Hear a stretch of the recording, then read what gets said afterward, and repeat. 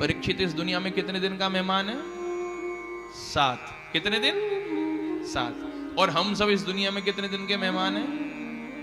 कहा कि 7 दिन में तो मरना। अब आज से मत गिन लेना। कभी कहो कि गुरुजी ने कहा है कि भैया फिर पूर्णाहुति दिन सबका स्वाहा। नहीं, तुम जियो हजारों साल हैं, साल के दिन हो 50,000, ऐसी बात नहीं। देखो, कहने का अर्थ समझो। कथा आज भी चल रही है, हुई नहीं है, हो रही है। भैया हफ्ते में दिन तो 7 ही होते हैं। इतवार, सोमवार, मंगलवार, बुधवार, बृहस्पतिवार, शुक्रवार और शनिवार। 8वां दिन ठाकुर जी ने किसी के लिए बनाया है नहीं। इन्हीं 7 दिनों में एक दिन हमको जाना है इस धराधाम को छोड़कर। हम भी काल रूपी व्याल के मुख में बैठे हुए हैं। काल के गाल में सांप काटेगा ना, मृत्यु को, काल को सांप के समान कहा हमारे शास्त्र में कि उस काल के गाल में बैठे हुए हैं। कब दबा दे वो मुंह अपना पता नहीं। ऐसा होता नहीं है। अरे भैया, इसके घर के बाहर भीड़ क्यों लग रही है? अरे आपको नहीं पता कि नहीं, ये पूरे हो गए हैं। अरे कल रात तो फाउंड्री गेट तक हम इकट्ठे घूम करके आए थे, बिल्कुल भले चंगे थे। कह रहे थे कि बस फैक्ट्री लगानी है, अब तो पैसे इकट्ठे हो गए, लोन पास हो गया। लो, वो पास कर रहा, वो फेल हो गया हमारा। कब किसको मौत कैसे मार दे कुछ पता नहीं मेरे नारायण। अगले पल का ठिकाना नहीं। और 100 वर्ष की योजना बना करके चल रहा है। कर दो एफडी 10 साल के लिए। अरे 10 सेकंड का भी पता है कि जिएगा या मरेगा? कुछ पता नहीं। मौत कब किसको मार दे कुछ पता नहीं। योजनाएं बड़ी बड़ी। जो होना ही है, जो निश्चित है, गीता में लिखा है जिसका जन्म होता है उसकी मृत्यु निश्चित है। मृत्यु सत्य है, उसके लिए कोई तैयारी नहीं। बेटी पैदा हुई, एफडी कर दी, जमीन प्लाट खरीद करके डाल दिया। मैं ये नहीं कहता ऐसा नहीं करना चाहिए, करना चाहिए। लेकिन बेटी की शादी तक जिंदा रहेंगे कि नहीं ये पक्का पता नहीं।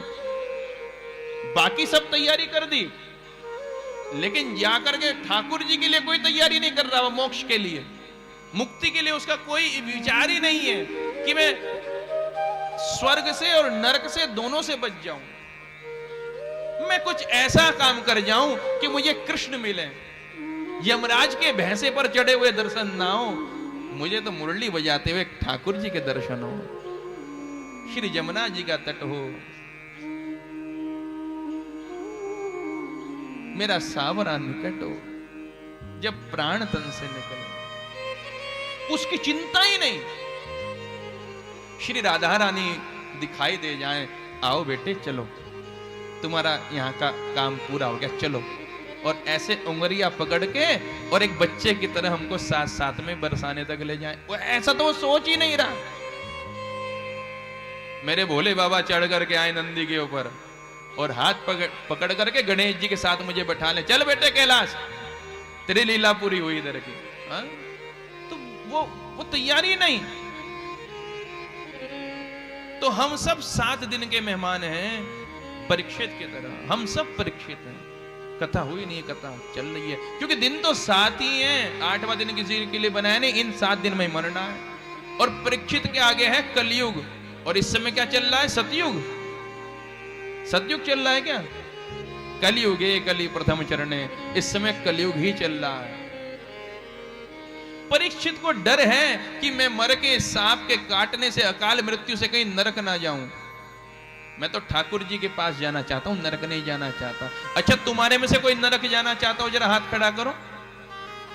गरम गरम खोलते हुए तेल के कढ़ाई में जिसमें समोसा डालते हैं, ऐसे कढ़ाई में कोई गिरना चाहता हो? हर कोई स्वर्ग जाना चाहता है? तो जो समस्या परीक्षित की वही समस्या हमारी। तो जो उपाय परीक्षित ने किया वही उपाय हमको करना पड़ेगा। श्रीमद् भागवतम शास्त्रम कलौ कीरेण भाषितम। हमको भी भागवत कथा सुननी पड़ेगी और जीवन में अपनानी पड़ेगी।